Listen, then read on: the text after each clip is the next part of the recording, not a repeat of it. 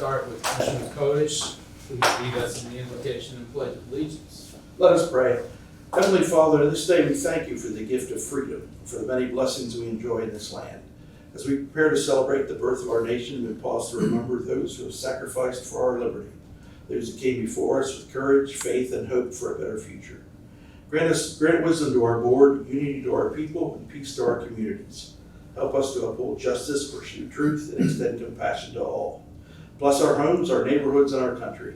Keep us safe as we gather with family and friends. Let the fireworks remind us of the light that overcomes darkness and the enduring spirit of this nation. With grateful hearts, we lift this prayer to you. Amen. I pledge allegiance to the flag of the United States of America and to the republic for which it stands, one nation, under God, indivisible, with liberty and justice for all.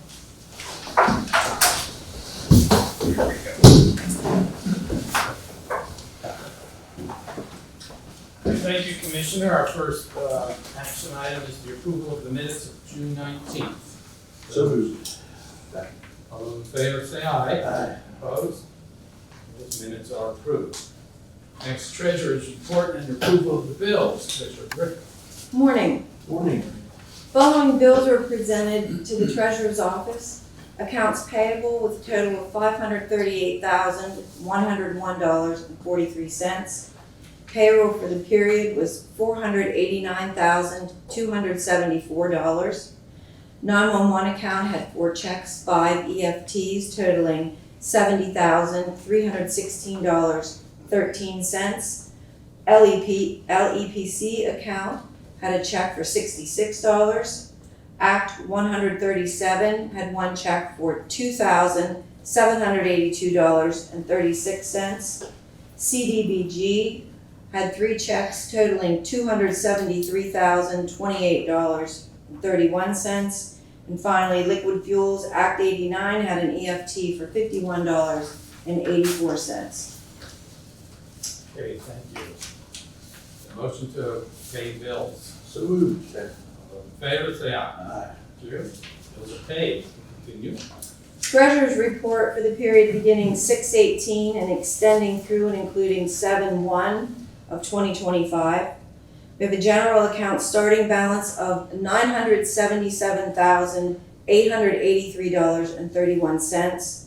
Total debits for the period were $1,016,410.96, ending the period with a balance of $966,918.84. Finally, capital reserve finished the period with a balance of $15,149,766.67. Okay, thank you for that report. Is there a motion to accept the report? So moved. Second. All those in favor say aye. Aye. Motion carries. Thank you, Diane. Meetings and events. My list is with the chief clerk and will be after this meeting. Commissioner Wise. Pretty much the same, it will be after this meeting. Commissioner Coach. I get a gold star. I provided my list already. I'd like to welcome Alyssa Norris and Mackenzie Peachy from MCTV here today. Thank you for filming on your summer vacation. Yes, thank you. No. Okay, any public comment? See any public comments, so we'll proceed to new business. First new business is a proclamation, National Parks and Recreation Month proclamation, and Commissioner Coach will read this. Thank you. Whereas parks and recreation are an integral part of communities throughout this country, including Mifflin County, and whereas parks and recreation promote health and wellness, improve quality of life, and encourage physical activities through recreation programs, services, and facilities, and whereas parks and recreation contribute to the economic well-being of communities by supporting tourism, attracting businesses, and enhancing property values, and whereas parks and natural areas ensure the ecological beauty of our community and provide a place for children and adults to connect with nature and enjoy the outdoors. And whereas the month of July is recognized as National Parks and Recreation Month by the National Recreation and Park Association and is celebrated nationwide to promote the benefits of parks and recreation in our communities. And whereas Mifflin County recognizes the vital contributions of our local park and recreation professionals and volunteers, We maintain our parks, organize recreational programming, and ensure safe and inclusive spaces for all residents and visitors. Now therefore, we, the Mifflin County Commissioners, do hereby proclaim the month of July 2025 as Parks and Recreation Month in Mifflin County. We encourage all residents to explore the outdoors, enjoy local parks, and support recreation opportunities throughout our community. In witness whereof, we have hereunto set our hands and caused the seal of Mifflin County, Pennsylvania to be affixed this 3rd day of July 2025. Commissioners Postal, Codish, and Wise. I make a motion to adopt this proclamation. Second. In favor, say aye. Aye. Opposed? That proclamation is adopted. Thank you for bringing that to our attention, Commissioner Codish. And we have a guest this morning. Josh, want to say anything? Sure. Come up to the podium. By the way, for those watching here, this is Josh Bruce from Reed's Gap State Park. Yep.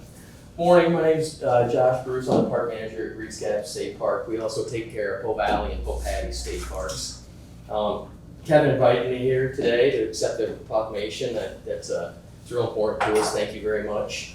When he called, I initially thought it was calling because July 1st was the 30th anniversary for DCNR. I mean, people know a little bit about it, but Reed's Gap State Park is in Mifflin County. We also take care of Bow Valley and Bow Patty. They're in Center County. A little bit about DCNR. It was first, the Reed's Gap State Park was purchased in 1905, believe it or not.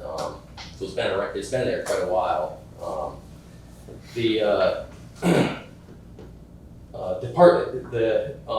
Pennsylvania formed a commission to buy natural open land. And that was in 1900. It was Department of Forest and Waters, and referred to it. They used to call it sticks and cricks. So yeah. But then around 1970, it was changed to DNR, the Department of Natural Resources, and 30 years ago, it changed to DCNR. So we're celebrating that, and it's pretty good coincidence that we're accepting this proclamation on pretty much the 30th anniversary of Department of Conservation and Natural Resources. So thank you very much, appreciate it. Thank you for being here. We'd like to get a picture out in the lobby with you. Sure. Don't you know, I've started a lobby for bringing a new swimming pool back to Reed's Gap. Yeah, I'm sure that's what you need, right? People really miss that. They do. When I was there as a park manager trainee, about almost 20 years ago, and I remember that swimming pool was popular. It was an above ground swimming pool. It was built in 1965, and it was finally demolished in 2009. When the people built it in 1966, I'm pretty sure they would have been amazed that it lasted 40 plus years. But you're right. But it was a big attraction for people that, they'd have their family picnics at the pavilions or and go to the swimming pool and stuff. Now, people still camp, obviously, and go on the trails, because that's great to take part in, but that pool was like an added draw. It was, and I can talk some other time if you want to talk about improvements we made. I remember it was cold. That spring water.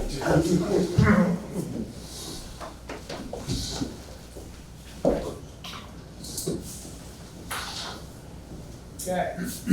Next on the agenda is request for exoneration of 2025 county real estate tax bills and relieve the tax collector for collecting these bills. The way we're going to approach this is individually. There are 4 items, and we could approve, we could disapprove, or we could table for a future meeting. So as we go through these, the first item is parcel in Brown Township that is owned by Gregory Campbell. This is a request and a recommendation from the Department of Veterans Affairs, because Mr. Campbell has met the requirement of 100% disability and also financial need. So, motion would be, whoever wants to make it, is approve, disapprove, or table. Motion approved. Second to approve. Okay, any questions? All those in favor say aye. Aye. Opposed? Okay, Mr. Campbell, please approve. Next we have Mr. Noor, Samuel Noor in 105 Clover Avenue in Yagertown. Mr. Noor has been declared 100% disabled and in financial need. He is requesting that his property taxes be exonerated. Motion to approve, disapprove, or table. Approved. Seconded. All those in favor say aye. Aye. Opposed? Okay. Lastly is Mr. and Mrs. Jeffrey and Allison Coon. They live on 10 Hillside Lane in Lewistown. They have met requirements for 100% disability and in financial need. They're recommending from the Department of Veteran Affairs that he be exonerated from property taxes. Motion to approve, disapprove, or table. Motion to approve. Seconded. All those in favor say aye. Aye. Opposed? Thank you. Lastly, there is a acreage error in a parcel in Harmon Township. This will be rebilled with the office building. Motion to correct the acreage error and rebuild. So moved. Seconded. All those in favor say aye. Aye. Opposed? That motion passes. Okay. Next, we have a memorandum of understanding with the TIU to provide adult basic education and workforce development to the inmates at the correctional facility. And we have with us today Keith Mernon, the adult instructor. Keith, can you come up and explain this to us a bit? I'm Keith Mernon. I work for the TIU, and I'm going to use this opportunity to thank you right away, the commissioners in the county, for the monies that we receive, and I hope I can explain what we do, and you'll see that you're getting quite a value. I want to thank Warden Kormanek, I said that right, Councilors Polly, Michaelchek, Snyder, and the COs and staff. I think you know this, but I definitely know this because I go in there weekly, and they're terrific. They work really hard with us, and they're real smart, and they're real helpful. Without their knowledge and how they understand how jails work, we couldn't create the programs that we do there. And their flexibility to let us try things in a jail setting, keep things safe, and they're just smart. And I work in other jails, and I don't always see that kind of approach. So they're to be commended. It's really good. On the GED and adult basic ed, we served 56 students inside. 22 met enrollment, meaning they completed course requirements, the hours they needed for the PA adult ed. We didn't do as great finishing inside with GEDs. It's four tests, so they do them one at a time, which would take 4 weeks, sometimes 8 weeks, and they're in and out. So I wanted to stress that the GED sometimes in jail is like the starting point.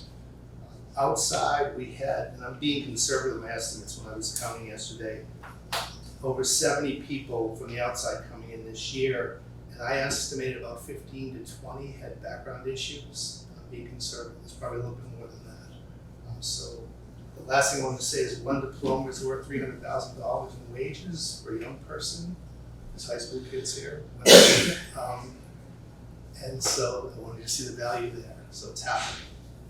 The second one is the warden met with me, and I think it was through Commissioner Postal, about setting up a ceremony to recognize diploma recipients. I think it's a great idea. It's something that died somewhere before COVID, to bring it back. And we have the caps, we have the gowns, we have frames, we have diplomas and certificates. So we can do that, we can do photos. And while I was putting this together, I think it's time to do it outside as well as inside. So thank you for that. And it's doable. Fourth thing I wanted to do is we continue to do re-entry employment classes. This year I met with 160 clients for re-entry inside. I probably could have doubled that. It's a huge need. We meet Thursday mornings. I think it averages like 5 in a group if I do them as groups. If I do them one-on-one, which they like, which isn't always possible. But anyway, my thing is if they remain clean and sober, they tend to find work outside. Almost all the clients I work with, I see them at their best, not at their worst. but they have real strong work histories and good resumes. They are workers, it's just addiction's the issue that keep them clean. In our classes, we stress a housing plan, paper identification, employment possibilities, family support, and a state helping plan, and that's how we work it. And we also now have a vet rep coming in, Steve Mason. Steve's great, he's been able to see people who are inside that were veterans, which is a service we always had. He's just more aggressive with it. He's doing a good job with that. Down my list here, although two other things I want to say. We started, it was a career-link thing, collecting paperback books to reestablish the library, and the library was looking kind of rough. And the goal is 1,000 books. I think we're about halfway there. And I wanted to thank Kish Library in Belleville, the Belleville Women's Reading Group. Erica King, who works at the Maternal Library, heard about this, and the CareerLink staff where I work. Everyone's bringing gently used paperbacks to do this, so it doesn't cost a penny, but it's working. It's kind of nice. Yesterday I was in there, and there were about 8 empty shelves, and now there's about 1 empty shelf, so it's filling up. And the best thing we're doing, and the best news I want to do is, I found out 2 weeks ago we received a state grant for a family literacy program to do inside the jail. So it's family literacy and family reunification. And we were given a grant to serve 21 families.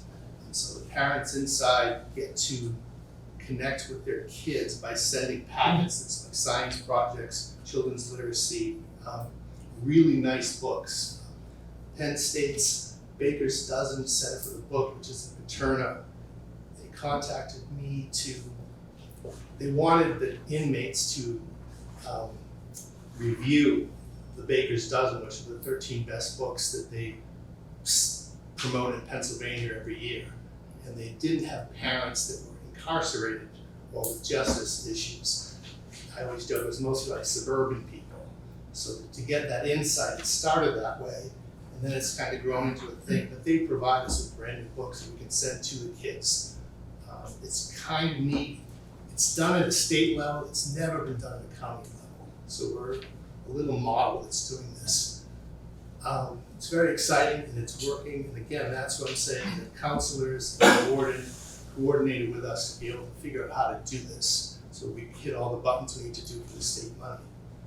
And that's it.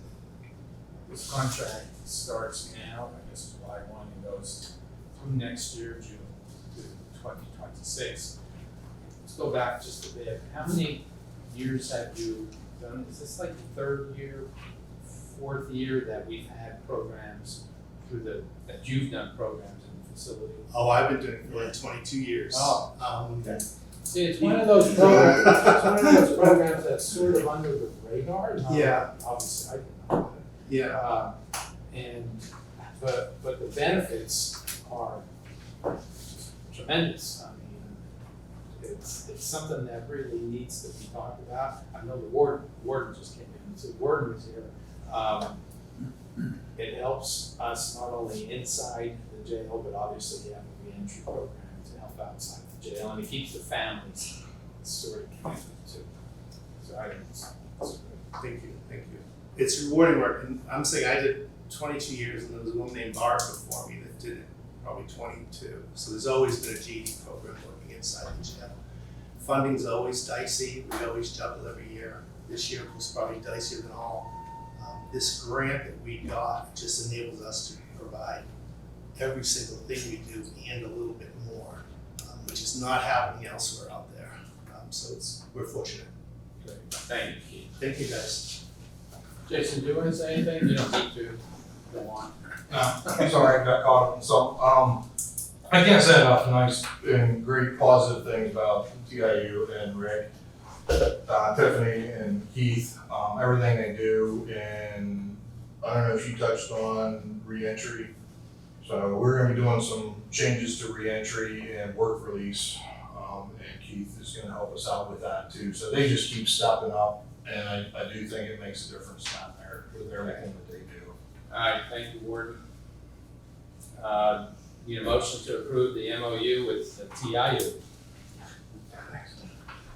So moved. Second. All those in favor, say aye. Aye. Opposed? Thank you. Motion carries. Next, we have the assignment of a Pennsylvania DCED grant from the Keystone Community Program to MCIDC. Planning Director Jim Latier will explain this. Good morning. The county was awarded funding from the Keystone Communities Program through DCED for costs associated with the demolition of Black's Hospital. That project's done, and there were residual funds remaining from that grant in the amount of $36,642. DCED is allowing the county, identified as the assigner, to transfer the funds to Mifflin County Industrial Development Corporation, designated as the assignee, to use these funds for the demolition of select buildings in the MCIDC Plaza. Currently, I think it's Building 5C is being demolished, and low bidder was Written Over and Sons Construction Company. It was a bid of $460,000 with an alternate of $40,000 for demolition of the high bay. Based on the schedule Nick provided, project's already underway, and it's anticipated it will be concluded in mid-November of this year. And I think DCED approved this because it's the same type of project. We had a demo of Black's Hospital. Obviously, you remember we wanted to put that back on the tax rolls, which it is. And this project with MCIDC is also a demo project. So we appreciate what you've done and having coordinated with DCED. So we don't have to give the $36,000 back to the Pennsylvania Treasury, that we're keeping it in the community. Any questions on the assignment of the contract? Not, is there a motion to assign the contract to MCIDC? So moved. All those in favor say aye. Aye. Opposed? That motion carries. Second item is really associated with the assignment. Can I continue, Jim, and explain? Yeah, as you mentioned, it is associated with this. In November of 2023, the county commissioners and MCIDC entered into a subrecipient agreement for the demolition of select buildings within the plaza. It was formed as a $250,000 loan and a $250,000 grant.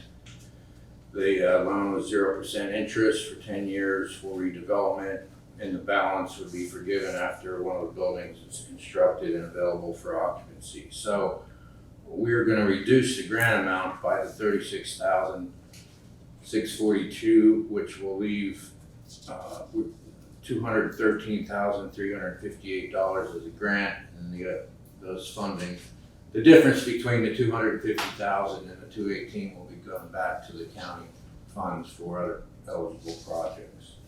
Okay, so that's important, that MCIDC is being made whole, so they're not losing or gaining anything, but the county's gaining $36,000 back to be put into the county improvements fund for other projects. Very good. Is there a motion to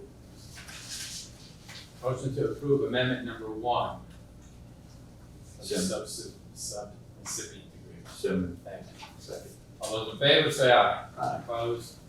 Okay, motion carries. Thank you.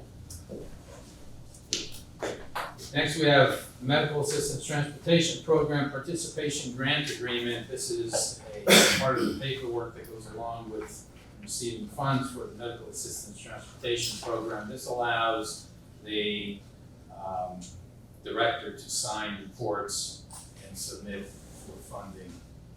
Is there a motion to approve Melissa Stewart as a signature on the report? So moved. Second. Those in favor say aye. Aye. Opposed? Motion carries.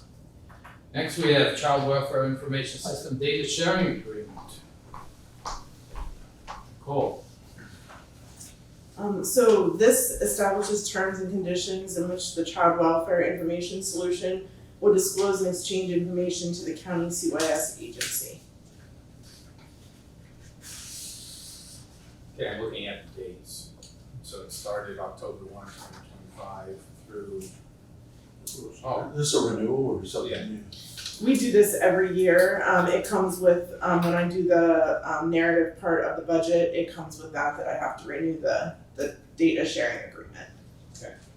Just a couple months early, but that's okay. Any questions for Nicole? Okay, is there a motion to approve? So moved. Second. Those in favor say aye. Opposed? That motion carries. We can continue on the purchase service agreements. The next one is for Summit Early Learning in Lewistown, Pennsylvania to provide childcare and summer camp. The lowest rate is $13.50 per day and the highest is a $65 summer camp activity fee. The next one is with the Tuscarora Intermediate Unit out of McBaytown, Pennsylvania. It provides parents as teachers an in-home parenting program to families with children under 5 years old, and that's not to exceed $146,963 per fiscal year. The next is with Stover, McLaughlin, and Torquato in State College. It provides legal services to the agency through Attorney Dubs for both the 24-25 fiscal year and the 25-26 fiscal year at $85 per hour.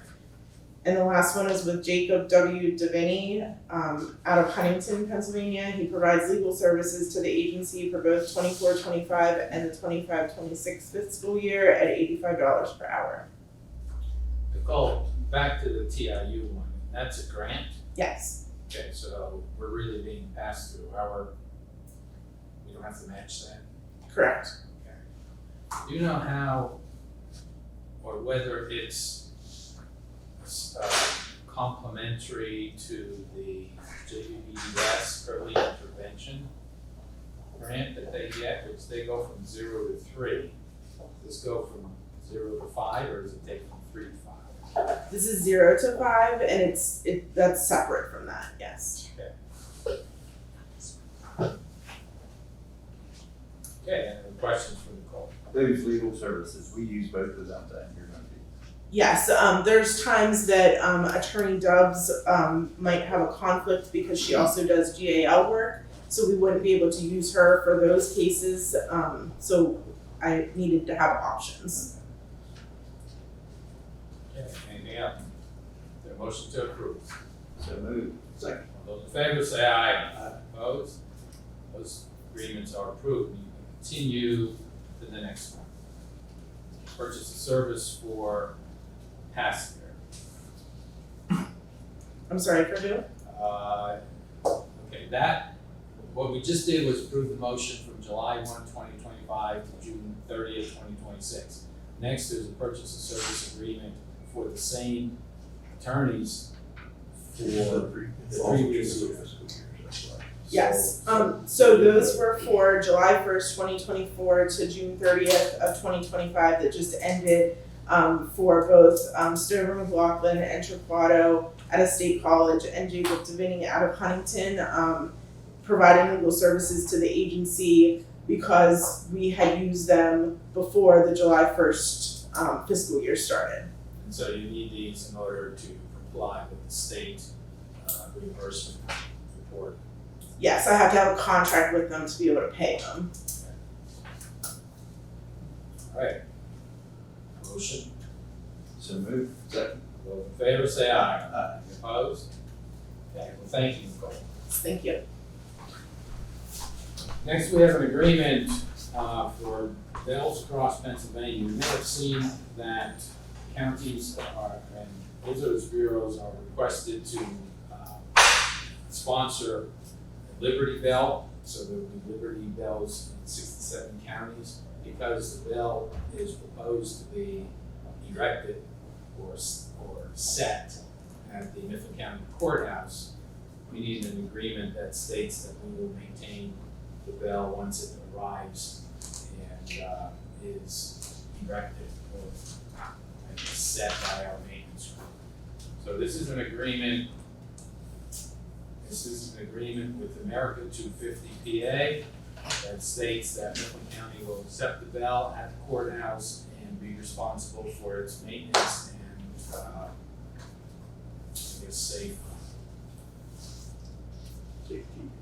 safekeeping. Thank you. And Takes us through the year December 31st, 2026, and after that, I guess we'll just keep the bell. Speak painted by a local artist. It is, and I don't, and that was in the paper, and I'm looking to see, it's not, her name is not. I think it's Hart's Jennifer Hertzler, is that the art teacher there? Yeah. School thing. Okay. A motion to approve. So moved. Second. All those in favor say aye. Aye. Any opposed? Thank you. And last, we have personnel items. We have the promotion of Mark Hauser from part-time corrections officer to full-time lieutenant effective June 29th. We have a promotion of Brianna Hockenberry from caseworker 2 to caseworker 3 effective July 7th. And promotion of Julia Leiter from caseworker 2 to caseworker 3 effective July 7th. The motion to approve these 3 personnel items. So second. All those in favor say aye. Aye. Opposed? Those items are approved. Our agenda is completed and this meeting is adjourned.